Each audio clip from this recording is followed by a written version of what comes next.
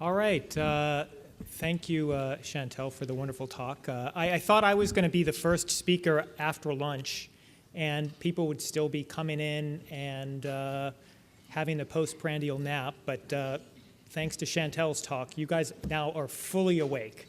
So what I wanted to do was, my talks on clinical applications of fMRI mainly focused around epilepsy, a little bit of brain tumors, and I'm going to talk a bit about reimbursement. But really, this talk is about airing my dirty laundry, talk about my mistakes, and hopefully some of the younger colleagues can learn from it. So my first mistake was, well, I wouldn't call it a mistake, but I first met Jack back in early 1991. So the backstory there was I was working on my HST thesis, my MD HST thesis, and that was work through the Mass Eye and Ear Infirmary with Nelson Kiang was my main mentor, and I worked with Bob Levine. At the time, I thought I wanted to be a neurologist. He's a neurologist there who studies auditory processing. And what I was interested in was the cocktail party effect. How can you, and something I hope we can participate in around 4 o'clock, how do you focus on a single conversation when there's many going on at the same time? And one factor that's really important is localizing sound in space. So the project I started working on was an ongoing one that Bob Levine and Jill Gardner, who was the postdoc, was working on, was studying multiple sclerosis patients and trying to find lesions within the brainstem that affect the brainstem auditory evoked potentials, these very early generators of the auditory response. And so that's a long way of saying I was working on this project, and I was collaborating with Bruce. He was sort of my co-mentor at the time. And I had decided that the imaging component was fascinating, and maybe I wanted to be a radiologist, but I wasn't sure. But I decided to spend another year, probably between my second and third year of medical school, maybe my third and fourth, and so I set up a meeting with Bruce, and I'm standing outside of his office, and Jack walks up. So I knew who he was because many of you know, when he walked into a room, your attention went right to him. He had that charisma about him. So he said, "Hi, I'm Jack. What are you doing here?" And I explained. He's like, "Oh, I know about your project. I know Jill very well." And and he said, "So Jill tells me you're from California." I said, "Yeah, that's right." He goes, "So am I. Do you know how to program in C?" I said, "I know a little bit of C++. I worked as a software engineer before that." And he said, "That's great." And then Bruce came out and said, "Hi, Jack. I have another meeting now. I can talk to you later." But Jack was very excited and was showing Bruce some graphs. And I remember this very distinctly, Bruce saying, "Jack, that's really interesting. We'll have to talk about this later, but if you can actually show that CBV is proportional to neural activation, that's an important finding." So he sent Jack away, kind of in an irritated way. And before Jack left, he said to me, he said, "Let's change the world. Join my lab." That's what he said to me, and I sort of thought, okay, that's kind of a strange thing to say. And he said, "Bruce, this is my new programmer."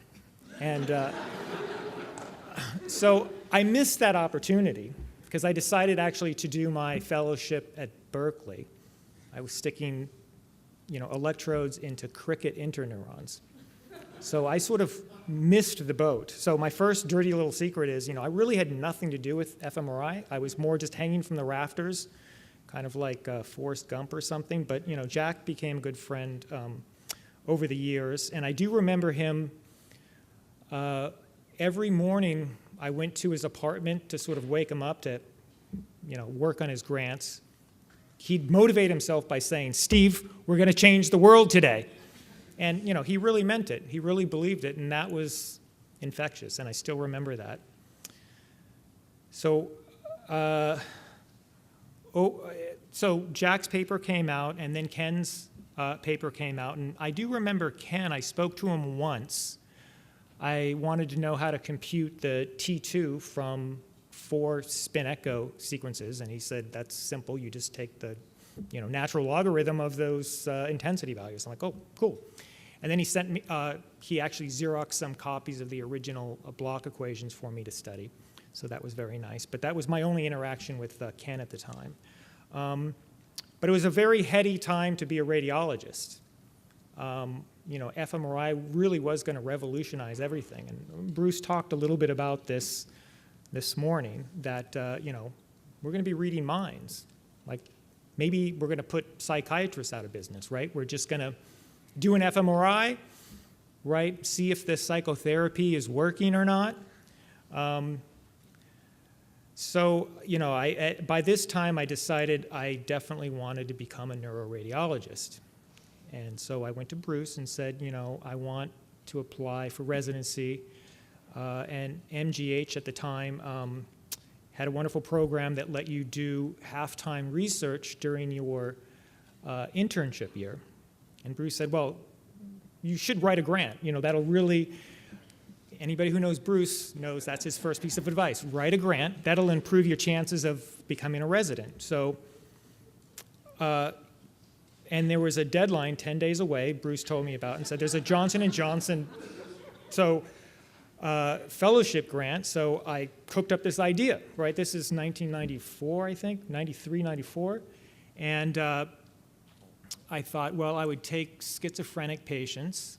I was sort of interested in psychiatry as well. And ones who were having active auditory hallucinations, I'll do an fMRI on them. See where the auditory cortex is being activated, and seeing what other parts of the brain might be controlling this phenomenon. And other people have done this subsequently. And I sort of had this crazy theory that I came up with myself, that there was some sort of inhibition from the frontal lobe that was disinhibiting the auditory cortex, which was causing these auditory hallucinations. I said this is my dirty laundry, but and then there was this guy, David Cohen, who had MEG at MIT, so magnetoencephalography, where you can measure the magnetic fields that the brain's making in real time. This gives you millisecond temporal resolution. So I thought, if you knew exactly when the hallucinations were happening, maybe with MEG, maybe you could use this old technology, transcraniomagnetic stimulation, to sort of zap that prefrontal area and, cure the auditory hallucinations. So anyway, this was my 6-month project with no psychiatrist on the application. And so it was rejected with no comment. And I ended up going to UCSF and learning a little bit more about MEG. But that was my fault, because actually I don't think Bruce actually read it. He went out of town, and I believe Carol Barnstead stamped his signature on it, and off it went. So my fault. Another lesson for the young scientists out there. So what is a clinical scan? So I'm going to define it as something that's billable to the insurance carrier. I'm a radiologist. I want to make money for the department. It's actually important for the NMR center, too, for the radiology department to be revenue positive. So if we define clinical fMRI, it's these 2 CPT codes, which essentially are doing an fMRI. It doesn't actually specify what it is, and either requiring a physician or not requiring a physician. And I'll briefly talk about the history behind that. But really, you can use fMRI potentially, if the insurance companies will let you get away with it, for virtually anything. But the most common billable procedures are for brain mapping, and usually some sort of sensory or motor mapping. And that's usually in a brain tumor patient or an epilepsy patient. So, motor, language, memory, maybe some sensory. And again, brain masses or epilepsy. So epilepsy, mainly through the clinical MEG service, has become sort of the bulk of my research. And it's relatively common. About 0.5% of the population suffers from epilepsy, repetitive seizures. About 60% of them are focal. And that's important because the neurosurgeon can go in there, and if they can remove the focus of cortex that's causing the epilepsy, you can cure the patient forever. And that was actually studied. There was a double-blinded controlled study about 15 years ago done in Canada. Because of the long wait list, they could actually have 2 cohorts, one with surgery and one without surgery, or delayed a year. And it has been proven to be beneficial. And hopefully Alex Golby will talk a bit about that later on. The most common type of epilepsy in adults is medial temporal lobe epilepsy. That's generated in the medial temporal lobe structures, usually the hippocampus. And that requires an extensive workup. So evaluating verbal function, both language and verbal memory, so that the neurosurgeon can plan and they can prepare the patient for potential deficits. So the neurosurgeon may alter their surgical planning depending on whether you're operating on the language dominant hemisphere or not. So the simple way of thinking about surgical planning for epilepsy, and really this is something that Randy Buckner came up with, and most of my fMRI work was really through Randy's lab. But you either want to localize or lateralize function.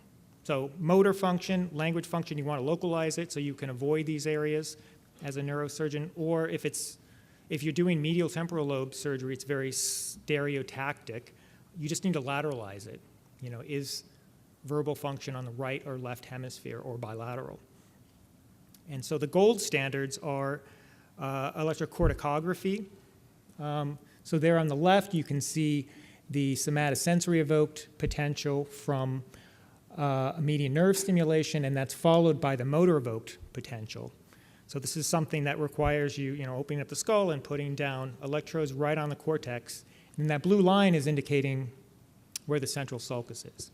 And that's really how it's done in the real world.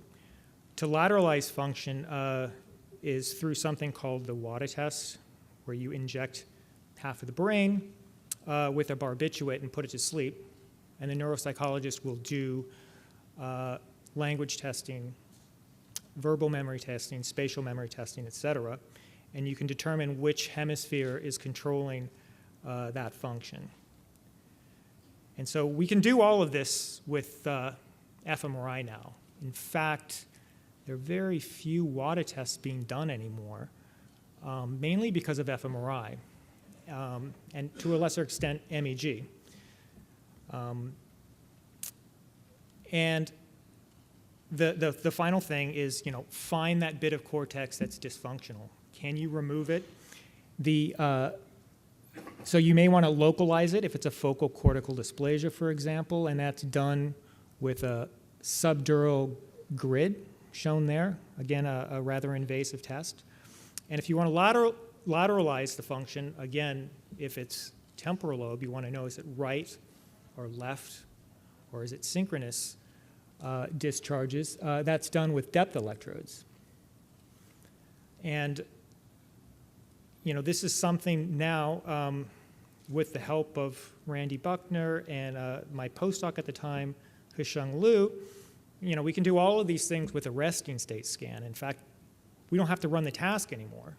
Now, the task is probably more accurate, so if we can do that, we run a task. But it's revolutionized how epilepsy patients are treated. So language mapping. We use, currently, in our service, we're using Randy Buckner's original abstract concrete task, where they're shown a word like this, car. Is it abstract, concrete? Obviously abstract. Love, the other way around. Love is abstract, cars, concrete. Bat, probably concrete, but it's also a verb, so it doesn't really matter. And then we show the crosshair and do our standard block design. And to me, it's amazing that this actually works, right? I mean, language function is extremely complex, from a linguistical standpoint, right? There's some visual activation, phonological, semantic, depends on the patient's attention. Is it productive or receptive language, et cetera? And, can you really separate these things? And it turns out you probably can't. But that abstract concrete task is quite interesting in the sense that it's a semantic decision. And Jeff Binder showed that a semantic decision task in fMRI is actually a very powerful verbal memory encoding task. And if you look at the cortical activation patterns with this language task, that actually predicts verbal memory function as well as or better than the WADA test. So, again, if they can do a task, that's what we do. And we use it for both language mapping and verbal memory lateralization. So I'm just going to quickly talk about reimbursement, right? Because it's the bottom line, keeps the department happy. So there's some alphabet soup, right, to understand this. So there's CMS, Centers for Medicaid Medicare Services. That's the national insurance plan. And you can bill them if there's a CPT code. So there's Common Procedural Technology Code. And then that's tied to something called the RVU, Relative Value Unit. And that translates the CPT code into money. So the department likes procedures that have a CPT code and a large RVU. So this goes back to a meeting of the American Society of Neuroradiology, ASNR, which happened to be in Boston. At this time, I thought I was going to go back to UCSF to be a neuroradiologist there. Bruce had other plans, so here I am. But at that meeting, Tim Roberts, Andre Haladny, and Bob Barr were talking about, shouldn't we get a CPT code for fMRI? And I'd gone through this actually with MEG, so I went to have a drink while these guys talked about it. But they formed a society out of this meeting called American Society of Functional Neuroradiology, and their first mission was to come up with CPT codes. And so they needed the cooperation of the RSNA, the Radiologic Society of North America, the American College of Radiology, as well as the neurologist, American Academy of Neurology. So they formed the society, they began this negotiation to get the CPT code, and that goes through the AMA, the American Medical Association, at this Common Procedural Technology Committee. And then it goes on to the RUC committee, the RVU update committee, to decide how much it should be reimbursed. But there was some reluctance on the side of the radiologists to do this because it's like the instant replay in the NFL, that not only do they look at that fMRI procedure and decide whether that's a valid procedure for a CPT code or not, but they'll look at the whole family of CPT codes. So that means going back and looking at a head MRI, and the reimbursement rates were very favorable. People were reading them faster, and do the radiologists want that scrutiny? And so there was some reluctance from the radiologists, but the neurologists at the time were buying their own machines, and they wanted to start billing for the fMRI. Their argument was the fMRI testing is actually a neurological test, right? And you need somebody with those skills. So this sort of forced the radiologists to rethink it and said, you're right, but it should be a joint effort, right? There's some synergy there between the imagers who know the neuroanatomy, who understand the statistics of MR, and the neurologists who know how to do these complex exams. So formed a coordinated application, both neurology and neurology, and went to the AMA CPT code panel. And I think this is a nice example of how we can work together, and a kind of a microcosm of how the Martino Center works. It's get together with multiple groups. So it was ultimately approved in 2005.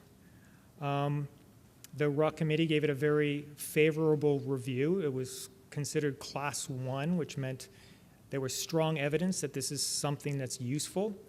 It's non-investigational. And by 2006, CMS officially recognized these CPT codes. So since then, you were able to bill for these codes. So the sort of compromise between the radiologist and the neurologist was there's a simple code, which the radiologists typically use, which is when the tech runs the fMRI, and the complicated code, which has both a family from radiology, the 70,000 family, and the 96,000 family for the neurologists. And that requires a physician's presence. So these codes are truly a cooperation of these two codes. So it's a win-win for everybody, just like the Martino Center. And I think I'm running out of time. But I just would like to say that the future here does go back to that first grant I wrote, is multimodal imaging. So this is some software that Noam Peled wrote as part of the DARPA Subnets project. And it shows activation in fMRI, and you can put the little cursor on it, and it'll show you the nearest free surfer intersections. This is also highly processed fMRI data that's been clustered. And we can also include MEG data in this. We can include PET data. We can include SPECT data. And ultimately, we can do the true validation by these are the little dots are showing the depth electrodes. So these are contacts within the cortex and even the white matter, along with some of the activation from MEG. So now we can correlate quite precisely, millisecond temporal resolution, what's going on in the cortex invasively, non-invasively with the MEG, and localize it quite accurately with the fMRI. So I thank you for listening, and I hope that there is some lesson here for the younger folks, that it is important to come in and talk to your colleagues, find out what that crazy grad student is doing in the cubicle across from you. Because I certainly missed the boat on the whole fMRI business way back 25 years ago. So thank you.